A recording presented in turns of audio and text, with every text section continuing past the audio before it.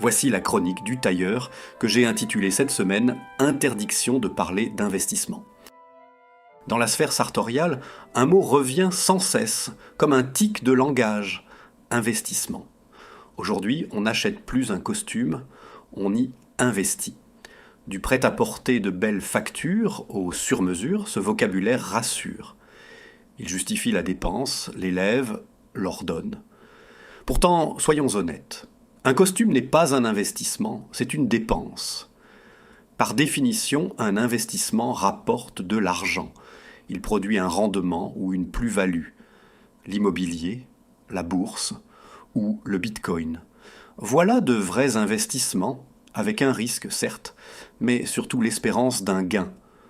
Un costume, lui, ne rapporte rien. Il transforme un capital en objet du quotidien.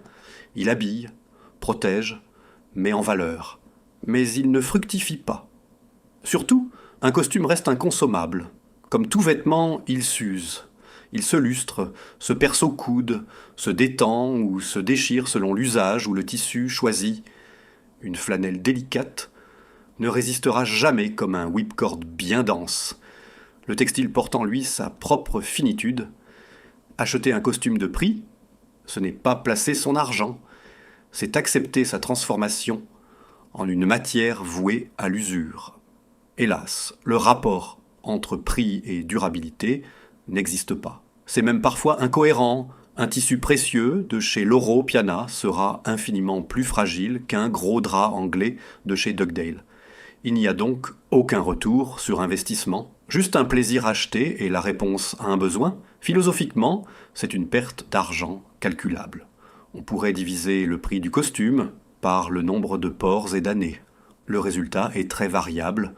Aujourd'hui même, un client m'a ramené un costume vieux de 10 ans, quasiment neuf, pour refaire le même. Coup de chance, Holland et Chéri avaient encore le tissu en stock, nous étions ravis. On ferait le même calcul pour chaque lavage de chemise ou pour ces cafés bu distraitement au comptoir. Mais la différence, c'est que le costume, lui, se part d'un discours noble pour masquer l'évidence.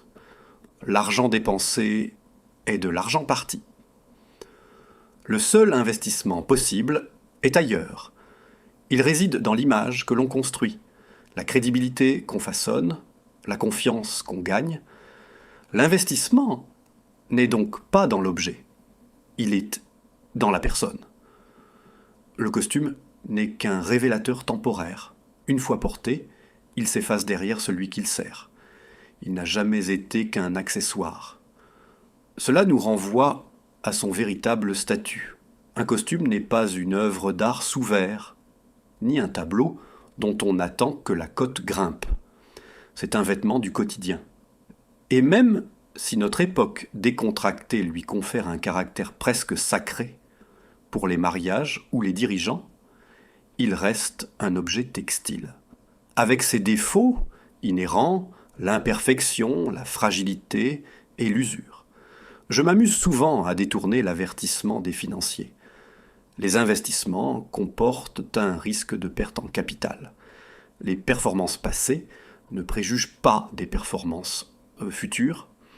Si vous considérez l'achat d'un costume comme un investissement, prenez ceci au pied de la lettre.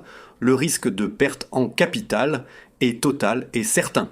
Votre costume peut être taché ou déchiré dès le lendemain. J'ai moi-même abîmé des souliers neufs la semaine suivant l'achat.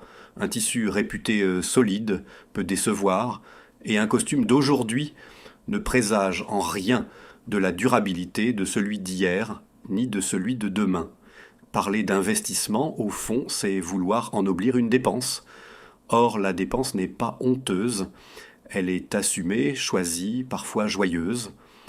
On s'achète une allure, un tombé, une sensation, et on accepte en conscience la disparition progressive de la matière. C'est la vanité des choses. Interdisons donc ce mot en parlant de vêtements. Un costume n'est pas un actif, c'est un compagnon d'usage promis à l'usure, dont la seule vocation est de servir. L'investissement, le vrai, reste en nous, dans l'éducation de notre goût et dans notre manière d'habiter ce que l'on porte. Le reste, ce n'est que du tissu. Sur ces mots durs, mais réalistes, je vous souhaite une très belle semaine.